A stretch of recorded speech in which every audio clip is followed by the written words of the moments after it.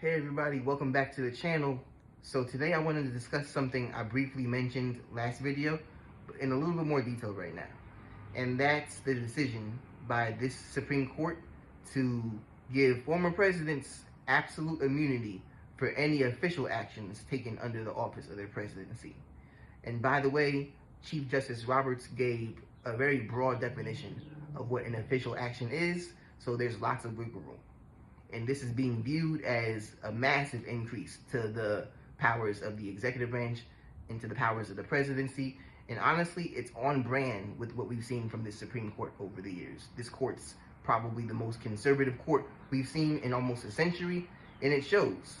Look at what they did with Roe versus Wade back in 2022, a very right-wing, ultra-Christian, authoritarian decision, and now we have another authoritarian decision with this most recent one.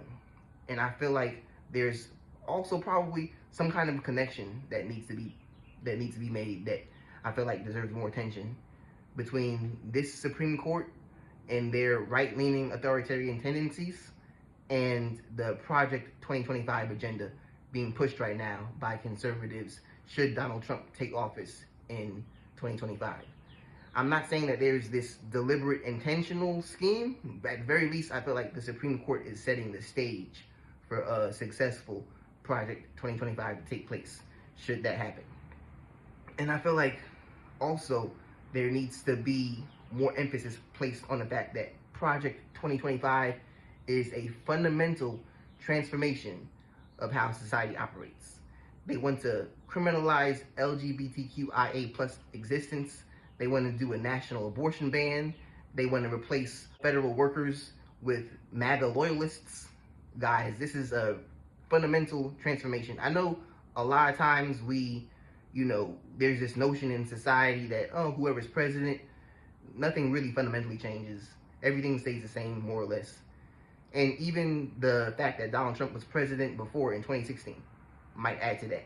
People might be saying, he was president before, we survived that, whatever, we'll survive again. It's nothing really major will change fundamentally. That's not true. That's not true at all. Back in 2016, MAGA and Trump, they were new to the scene.